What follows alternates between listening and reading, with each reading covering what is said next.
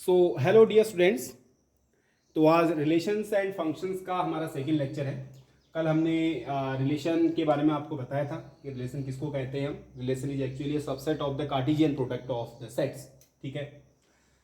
और उसके बाद मैंने आपको लास्ट में बताया था कि डोमेन, रेंज और कोडोमेन किसी रिलेशन में कैसे निकालते हैं, यानी क्या होता है वो चीज़। ठीक है। तो आज हम उसी से रिलेटेड एक एग्जाम्पल और करने वाले हैं। ये हमें एक रिलेशन दिया है जो कि on a set of the whole number, यानी ये होल नंबर के सेट पे एक रिलेशन डिफाइन किया गया है। ये रिलेशन इस टाइप है, इसमें एक्स और वाई ऑर्डर पेयर रहेंगे इस रिलेशन में, और एक्स और वाई दोनों होल नंबर है, belongs to the whole number. और एक कंडीशन दी गई है कि x square plus y square should be equal to 25। यानी इस रिलेशन में होल नंबर के वही वाले ऑर्डर पेयर आप रखेंगे जिसमें x square plus y square is equal to कितना आना चाहिए आपका 25 आना चाहिए। ठीक है। तो अगर इस रिलेशन की बात करें तो रिलेशन में कौन कौन से ऑर्डर पेयर हो सकते हैं। सपोज एक्स आप जीरो होल नंबर होता है, जीरो और वन तो हो नहीं सकती, zero square plus one square 25 नहीं हो सकता। जीरो और आपका फाइव हो सकता है, जीरो और फाइव हो सकता है, यानी zero square plus five square 25। Yes और नॉट। ऐसी सेकेंड ऑर्डर पेयर 5, 0 का भी हो सकता है इसमें। सिमिलरली 3 and 4, 3 का स्क्वायर एंड 4 का स्क्वायर 9 + 16 25 एंड 4, 3। तो ये इतने सारे इसमें ऑर्डर पेयर इसमें बन सकते हैं। इसके अलावा ऑर्डर पेयर तो और कोई बन नहीं सकता। So these could be the order pair in the given relation which is defined on the set of the whole number. यानी होल नंबर के सेट, यानी रिलेशन किसी सेट पे डिफाइन होता है। यस ना, उसके लिए आपको सेट चाहिए होता है। तो इसमें सेट कौन सा है, होल नंबर का सेट है, लेकिन डिफाइन वही वाले होल नंबर के ऑर्डर पेयर आपको लिखने हैं जिसमें x square plus y square कितना होना चाहिए आपका 25 होना चाहिए। तो अगर देखा जाए तो इस रिलेशन में इतने ऑर्डर पेयर इसके बन सकते हैं। ठीक है। तो अब आपको निकालना क्या है, आपको निकालना है डोमेन, आपको निकालना है रेंज एंड आपको निकालना है इसका कोडोमेन। तो मैंने आपको डोमेन की बात बताई थी। डोमेन क्या होगा बता सकते हैं आप। Domain will be what. Domain के बारे में हमने कहा था set of the first elements of the given ordered pair in the relation. यानी इस रिलेशन में जितने भी ऑर्डर्ड पेयर हैं इनके फर्स्ट एलिमेंट का जो सेट होगा that would be the domain of the given relation, वही इस रिलेशन का डोमेन होगा। ठीक है ना, या डोमेन है। तो इसमें कौन कौन से एलिमेंट है, फर्स्ट 0, 5, 3, 4। तो आप लिखते हैं 0, 3, 4 एंड 5। गेटिंग और नॉट। सो ये आपका डोमेन बन सकता है। सिमिलरली अगर आप इसकी रेंज निकालना चाहें तो रेंज में हमने बताया था set of the what, set of the second elements in the given order pair. यानी ऑर्डर पेयर में जो सेकेंड एलिमेंट्स का जो सेट होगा, ऑर्डर पेयर में जो सेकेंड एलिमेंट्स, जितने भी सारे सेकेंड एलिमेंट्स का जो सेट होगा that will be the range of the given relation. तो रिलेशन में कौन कौन से इसमें रेंज कहेंगे तो कौन कौन से एलिमेंट्स आएंगे, 5, 0, 4 एंड 3। तो आप सकते हैं 0, 3, 4, 5।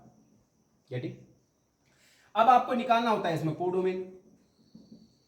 तो कोडोमेन में हमने बात करी थी, कोडोमेन तो सेकंड सेट होता है। यानी जो ये रिलेशन है, ये रिलेशन किससे किस पे डिफाइन है पता है आपको।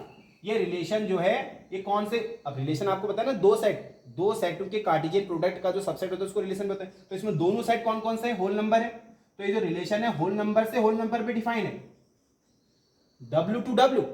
ये जो रिलेशन है वो होल नंबर से होल नंबर में डिफाइन है।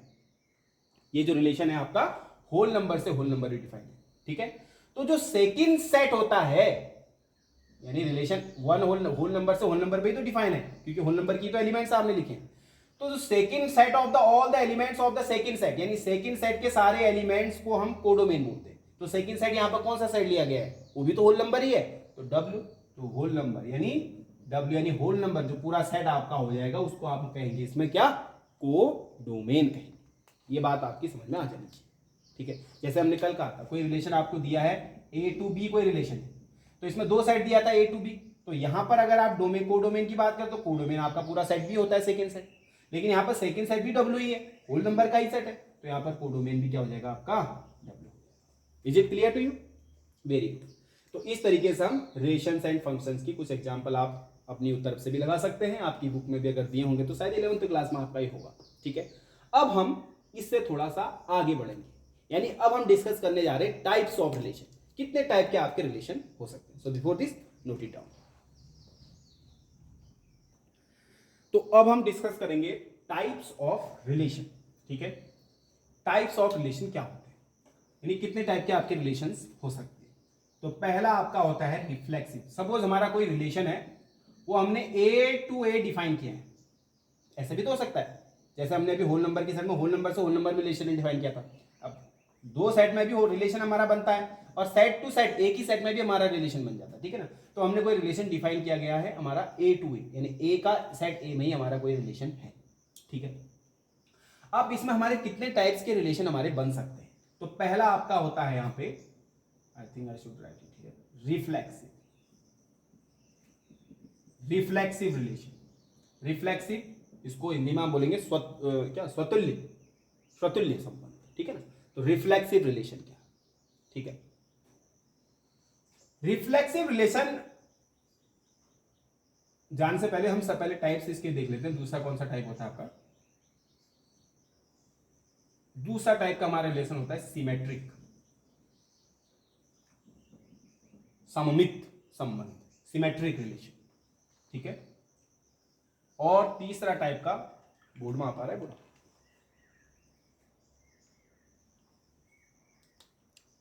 ठीक है। तीसरा टाइप का आपका रिलेशन होता है ट्रांजिटिव रिलेशन, संक्रामक संबंध, ठीक है। तो अभी तीन हम देखेंगे पहले, रिफ्लेक्सिव, सिमेट्रिक एंड ट्रांजिटिव।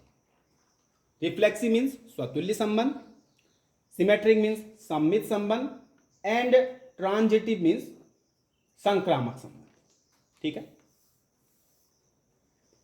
अब रिफ्लेक्सिव रिलेशन आपके क्या होते हैं ये आपको चेक करना है, ठीक है।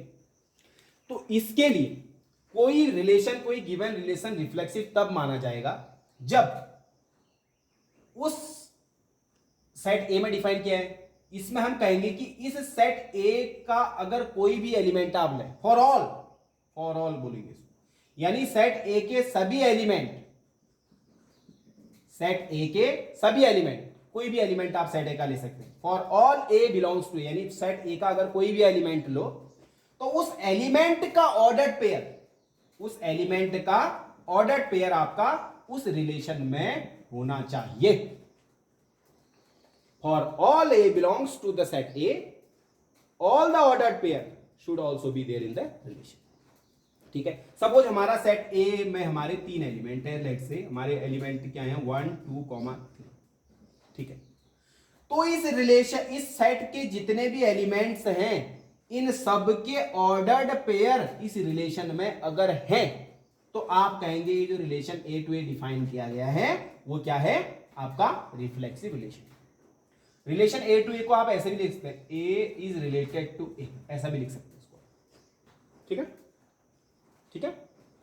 तो हम लिखेंगे इस सेट में अगर आपके 3 एलिमेंट्स है तो तीनों एलिमेंट्स के ऑर्डर्ड पेयर कोई भी छूटना नहीं चाहिए, रिमेंबर दिस। तो इन तीनों एलिमेंट्स के ऑर्डर्ड पेयर आपके गिवन रिलेशन में होने चाहिए। अगर ऐसा है, जैसे 1, 1, 2, 2 या आपका 3, 3, तीन के सबके 1 इसका भी ऑर्डर्ड पेयर, 2 का 2, 2 ऑर्डर्ड पेयर, 3 का 3, 3 ऑर्डर्ड पेयर, तो ये सारे के सारे ऑर्डर्ड पेयर आपके रिलेशन को बिलोंग करने चाहिए। अगर ऐसा है तो आप बोलेंगे कि जो गिवन रिलेशन है ये आपका कौन सा है, रिफ्लेक्सिव रिलेशन है, मींस स्वतुल्य संबंध है। Is it clear? दूसरा आपका इसमें है ट्रांजिटिव रिलेशन, दूसरा आपका इसमें है ट्रांजिटिव रिलेशन। अब ट्रांजिटिव रिलेशन में हम सभी एलिमेंट्स के लिए नहीं होता है, रिमेंबर।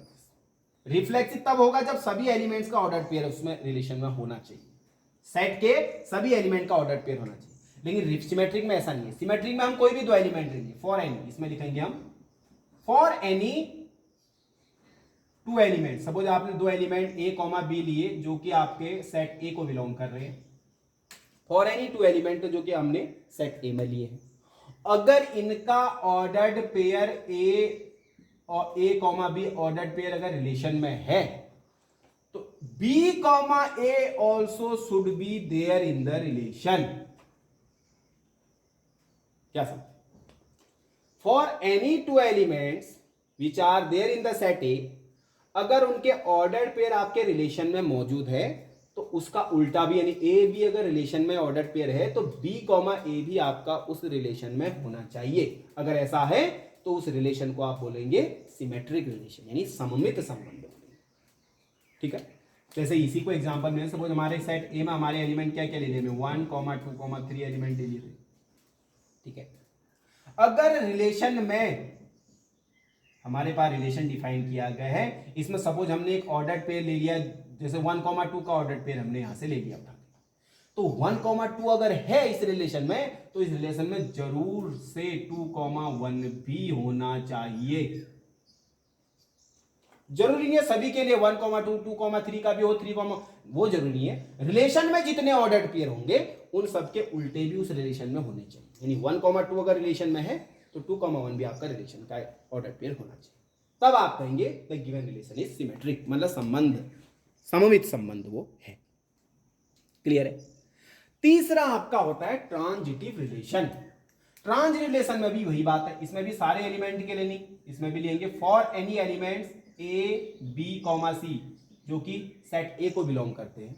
कोई भी 3 एलिमेंट ले लीजिए जो सेट ए को बिलोंग करते हैं। अगर ए कॉमा बी ऑर्डर्ड पेयर आपका रिलेशन में है और बी कॉमा सी इसका सेकेंड एलिमेंट लेंगे आप, यहां सेकेंड एलिमेंट बी है तो बी को यहां पे है, और बी कॉमा सी वो भी आपका रिलेशन में है, तो it should be there that a comma c should also be an ordered pair of the given relation. मतलब अगर ए बी सी 3 एलिमेंट किसी सेट के हैं, अगर ए बी आपका ऑर्डर्ड पेयर रिलेशन का है, बी सी भी आपका ordered pair of the relation है, तो इसका फर्स्ट और उसका लास्ट यानी ए कॉमा सी भी आपका गिवन रिलेशन का ऑर्डर्ड पेयर होना चाहिए। अगर ऐसा है then you would say the given relation is the transitive relation. तो हम कहेंगे कि जो रिलेशन है वो कौन सा, संक्रामक संबंध है। ये समझ में बात आपकी आ गई। एग्जाम्पल आप इसी तरह से, अगर 1, 2, 3 3 एलिमेंट आपकी सेट को बिलोंग करते हैं, अगर 1, 2 रिलेशन में है, 2, 3 भी रिलेशन में है, तो इट इंप्लाइज 1, 3 भी आपका रिलेशन का एलिमेंट होना चाहिए। अगर ऐसा है then you would say the given relation is transitive relation. ठीक है, आई थिंक यहां तक कि आपकी जो ये पूरा है वो क्लियर हो चुका होगा। ठीक है, अब हमारा जो लास्ट टाइप का रिलेशन होता है वो है इक्विवेलेंस रिलेशन। इक्विवेलेंस रिलेशन, इसको बोलते हैं हम तुल्यता संबंध। तुल्यता संबंध हम उसको कहेंगे अगर कोई relation, if the relation is reflexive, symmetric as well as transitive, अगर कोई रिलेशन आपका रिफ्लेक्सिव भी है, सिमेट्रिक भी है और ट्रांजिटिव भी है। अगर जो गिवन रिलेशन है वो रिफ्लेक्सिव भी है, सिमेट्रिक भी है और ट्रांजिटिव भी है, तो उस रिलेशन को आप इक्विवेलेंस रिलेशन कहते हैं। यानी इक्विवेलेंस रिलेशन वो है, यानी तुल्यता संबंध वह संबंध है जो कि क्या होना चाहिए, रिफ्लेक्सिव भी होना चाहिए, सिमेट्रिक भी होना चाहिए, ट्रांजिटिव, तीनों साथ में होने चाहिए। ऐसा नहीं कि खाली 2 है, ये नहीं। ठीक है, if a given relation is reflexive, symmetric as well as transitive, अगर कोई रिलेशन आपका रिफ्लेक्सिव भी है, सिमेट्रिक भी है और ट्रांजिटिव भी है, तो उस संबंध को हम कहेंगे कि वो कौन सा रिलेशन है, इक्विवेलेंस रिलेशन, मतलब तुल्यता संबंध वो है। ठीक है, अब इससे रिलेटेड आपके कुछ न्यूमेरिकल्स आपको करने हैं जो कि हम आपको नेक्स्ट लेक्चर में बताएंगे कुछ न्यूमेरिकल। ठीक है, आपकी एक्सरसाइज भी आएगी, फर्स्ट नंबर की एक्सरसाइज आपकी एनसीईआरटी की होगी, वो यही तुल्यता संबंध डिफाइन करने के लिए, रिफ्लेक्सिव है या सिमेट्रिक है या ट्रांजिटिव है, ये बताने के लिए उसमें सारा दिया गया है। ठीक है, होप कि आपको यहाँ तक का अच्छे से समझ में आ। Okay, see in the next lecture then.